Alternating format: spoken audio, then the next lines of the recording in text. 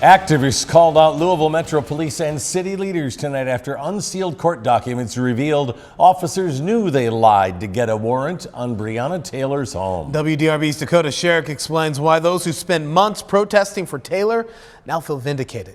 Dakota? Emotions are running high for those who've spent more than 2 years seeking justice for Breonna Taylor, saying without their efforts, the U.S. Department of Justice wouldn't have looked into her case at all. More than 100 days of protest. You called us losers.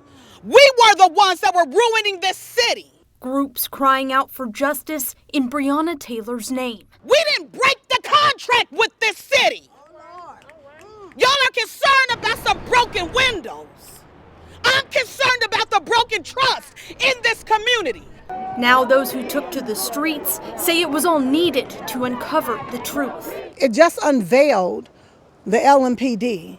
It unveiled the corruption of LMPD, the years of corruption in LMPD against black and brown people. Newly unsealed court records from the guilty plea of former LMPD Detective Kelly Goodlett say officers knew they had to lie to get the warrant to raid Taylor's home, and they went to get a specific judge who they thought wouldn't question it to get it signed. The documents lay out several reasons why Goodlett believes police shouldn't have raided Taylor's apartment, saying Sergeant Kyle Meany knew Taylor's boyfriend Kenneth Walker visited often and had a concealed carry permit. That information wasn't shared with other officers involved and wasn't included in the affidavit for the warrant. Goodlett claiming in the plea agreement she would have thrown a fit if she had known.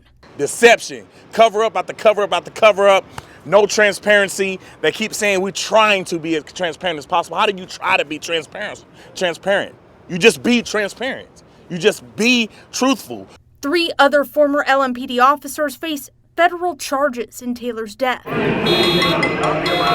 The outrage prompted a federal investigation examining whether LMPD discriminates or regularly violates the public's civil rights. The Department of Justice reviewing use of force, traffic stops, searches and seizures, among other things. The city's mayor and police chief say reforms are already underway. So you have the issue of police accountability and improvement in the Bureau that's up and running on that.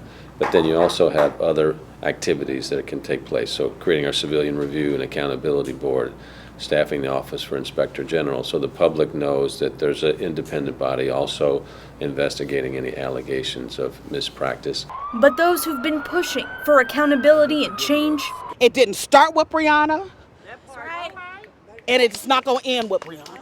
Believe there's still a long way to go.